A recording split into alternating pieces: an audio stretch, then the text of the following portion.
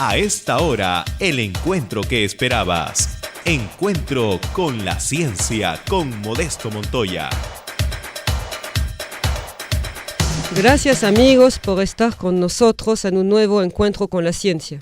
Hoy le acompaña Veronique Collin. Ayer el mal tiempo impidió regresar al doctor Montoya desde Huánuco, después de participar en el segundo encuentro científico internacional Ciento Oriente 2014, que se desarrolló con éxito los días 21 y 22 de agosto en la Universidad Nacional Emilio Valdizán de Huánuco. Hoy estamos con la visita de dos científicas, dos mujeres que ahora están en algunos cargos muy importantes, tanto en la ciencia como en la gestión tecnológica. Hoy tenemos entonces a la doctora Susana Petric, que es actualmente presidenta del Instituto Peruano de Energía Nuclear. Ella realizó sus estudios de licenciatura y maestría en física en la Universidad Nacional de Ingeniería en los años 80, especializándose en arqueometría. Estudió la aplicación de métodos científicos y de física a la arqueología y se graduó después de doctora de física en el Centro Brasileiro de Pesquisas Físicas ubicado en Río de Janeiro. Actualmente, paralelamente a su cargo de presidenta del IPEN, también estuvo trabajando en la Universidad Nacional de Ingeniería, como docente también en la Universidad Peruana de Ciencias Aplicadas, y formó parte del directorio del CONCITEC. Ha publicado una serie de investigaciones en el campo de la arqueometría y publicado varios artículos en revistas científicas, especializándose en temas como espectroscopía Mös-Bauer y datación de métodos de luminiscencia. También tenemos, buenos días a Susana. Buenos días, Veronique. Un placer estar contigo, acompañándote en este programa. Gracias por la invitación.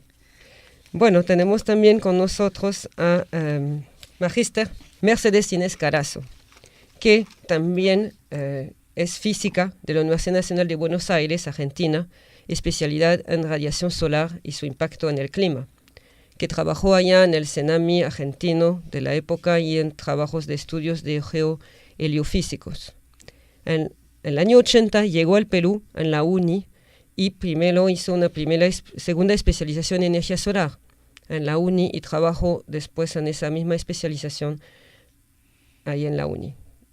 Una de sus especialidades es el trabajo de secado solar que ha hecho en varias provincias del Perú, como Ancash, Tacna, especialmente en el tema de cacao, de café y de maíz. Después hizo una maestría en economía en México, especialmente relacionado a temas de la pequeña empresa. De regreso al Perú, trabaja creando el UNITEC y la primera maestría en gestión tecnológica que se creó en la UNI. Después se fue mucho más a la producción creando los CITES, entidades puentes entre el conocimiento y la producción. Y actualmente se encuentra como presidenta del Consejo Directivo del recién reestructurado Instituto Peruano Tecnológico, que era antes el Instituto Peruano Tecnológico Pesquero. Eso nos contará más adelante en esa sesión de hoy día. Estamos muy complacidos de tenerla a usted con nosotros y ahora tenemos entonces un panel de 3 mujeres, pero ahora voy a dejar la palabra a nuestras invitadas. Bueno, buenos días con todos. Yo también estoy muy complacida de estar aquí y de recordar los tiempos de la UNI de los 80. Claro, el primer tema que vamos a abordar hoy día es justamente, como han podido notar, nuestras dos invitadas han sido juntas en la UNI en los años 80, una como alumna y otra como profesora. Entonces queremos empezar por ahí con sus impresiones de la UNI de esta época y después empezamos a recordar hasta la actualidad. Bueno, sí, como en anteriores programas, el doctor Montoya ha estado entrevistando personas, ex estudiantes y ex profesores de la universidad. Conversábamos el otro día de que la intención de él era ir barriendo en el tiempo cómo ha ido transformándose la universidad desde la época en la que él estudió hasta la actualidad. Yo ingresé a la UNI en el año 81, en una época en la que en realidad era bastante complicada la universidad. No había mucho, complicada desde el punto de vista evidentemente pues administrativo, ¿no? No había financiamiento, era muy escaso, había bastante violencia,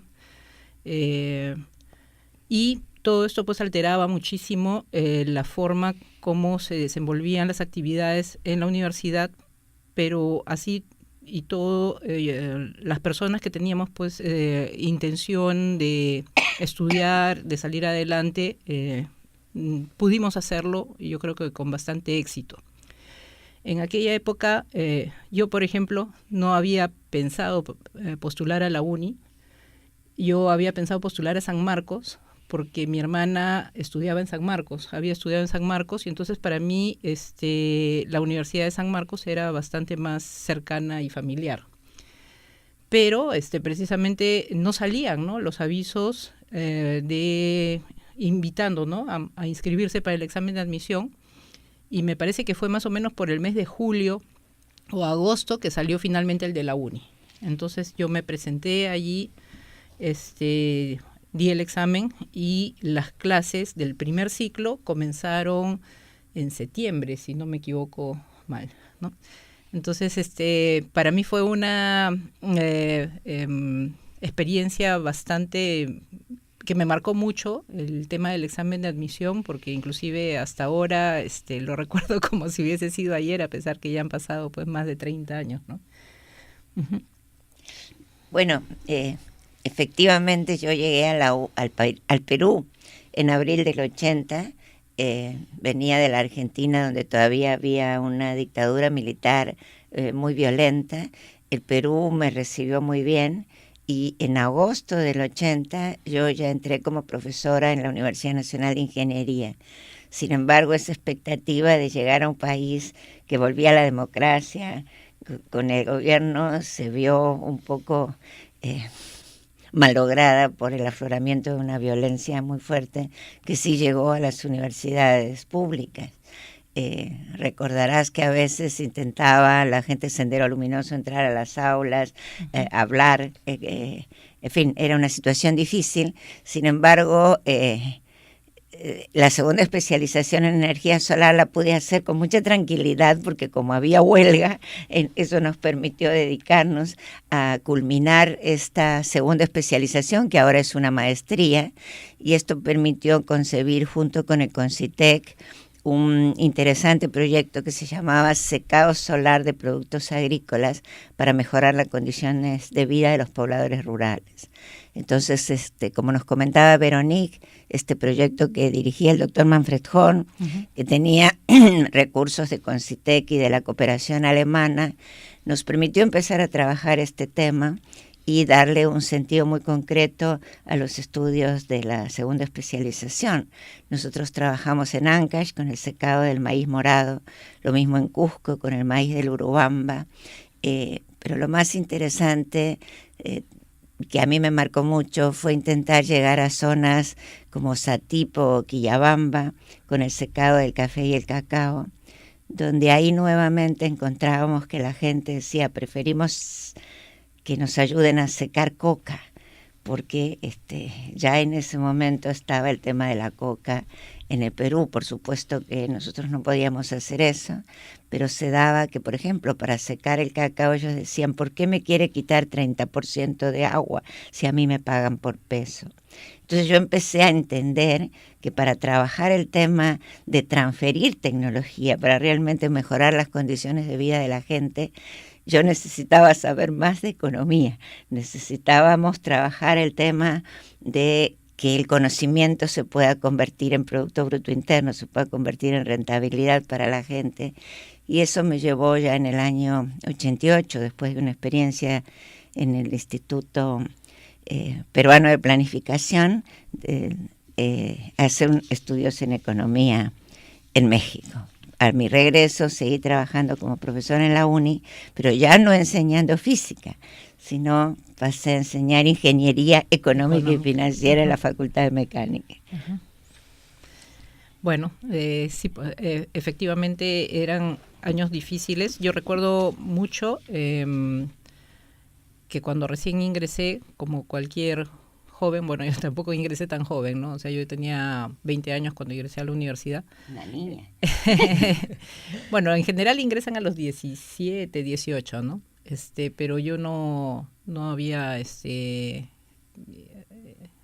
ido antes a la universidad y entonces por eso no recién entraba ahí. Y era como estudiante de física, a mí me había interesado estudiar física a raíz, digamos, de la influencia de mi familia, ¿no? O sea, la influencia de mi papá y de mi abuelo, que se habían dedicado mucho al tema de la radiodifusión y entonces mi papá en especial quería que yo fuera ingeniero electrónico, pero que en realidad no sé, o sea, me parecía que faltaba algo ahí y prefería estudiar física. Entonces, cuando ingresé a la universidad y entré pues ya a los cursos de carrera, porque en aquella época en la uni al menos 2 años prácticamente uno hacía en conjunto con alumnos de otras especialidades. No es que hubiese en esa época estudios generales, sino lo que había era que los cursos que llevábamos en los primeros 4 ciclos, aproximadamente 3 o 4 ciclos, eran compartidos o comunes. En el pabellón claro, J. En el pabellón J con 200 alumnos, ¿no es cierto? Por aula. Y entonces allí yo llevé pues cursos de física general, cursos de matemática, cursos de química con personas de diferentes especialidades. Mis compañeros de universidad me decían, pero física, ¿por qué vas a estudiar física? En física éramos poquísimos, ¿no? Y mujeres en especial éramos solamente 2. Y entonces, bueno, yo les decía que me gustaba, que me llamaba la atención, pero poco a poco uno va encontrando pues su camino, ¿no? Y como decía la profesora Mercedes Carazo, ella, por ejemplo, trabajaba en el tema de energía solar, un tema que a mí en determinado momento también me llamó muchísimo la atención. Yo la recuerdo a ella haciendo sus prácticas de energía solar en el estacionamiento de la universidad, de la facultad, y hacían pues los campamentos solares y una serie de cosas, pero en realidad el mensaje un poco para seguir la filosofía que tiene aquí el programa es que uno tiene que hacer lo que le gusta, ¿no? Cuando uno hace lo que le gusta, uno lo hace con cariño y lo hace bien, y el trabajo, en lugar de ser un trabajo, se vuelve pues una diversión, ¿no? Entonces, en el año 85, recuerdo que hubo el Simposio Peruano de Física en Arequipa. Gracias. En esa época yo todavía estaba, pues no sabía muy bien a qué me iba a dedicar. Recuerdo que el doctor Latorre, una vez conversando conmigo, me preguntó, me dijo, ¿y usted qué cosa quiere hacer, señorita, cuando se gradúe de física? Y yo le dije, pues, que quería dedicarme a superconductividad.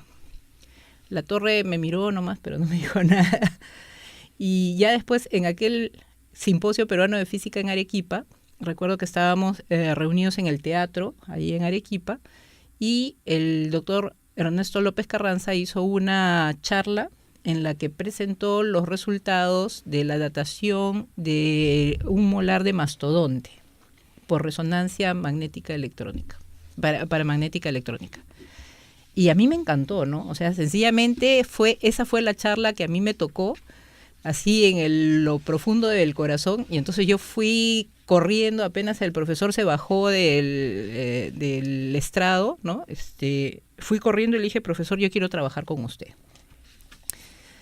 Y efectivamente terminé trabajando con el profesor López Carranza durante varios años allá en la universidad, y terminé encargándome precisamente de su laboratorio o del laboratorio de datación que él era el jefe, Y bueno, mis estudios posteriores han sido pues dedicados al tema de arqueometría que mencionó Veronique al comienzo. Una pequeña rectificación que Veronique me indicó que yo he sido parte del directorio de Concitec. No, yo nunca he trabajado en Concitec. Ahí hay un pequeño Disculpe, error. aquí estaba mal.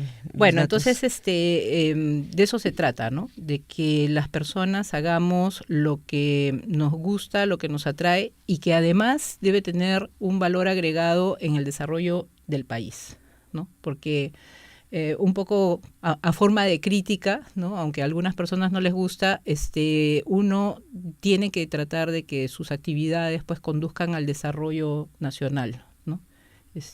Tampoco uno puede hacer lo que quiere simplemente porque somos pues parte de la nación, le debemos nuestra formación a la nación y en ese sentido tenemos que devolver un poco de lo que se nos ha dado, ¿no? Lo que tú dices es fundamental, porque en realidad muchas veces la gente, cuando uno dice que es científica, física, bióloga, química, es como que sienten, uy, qué difícil, pero qué lejano.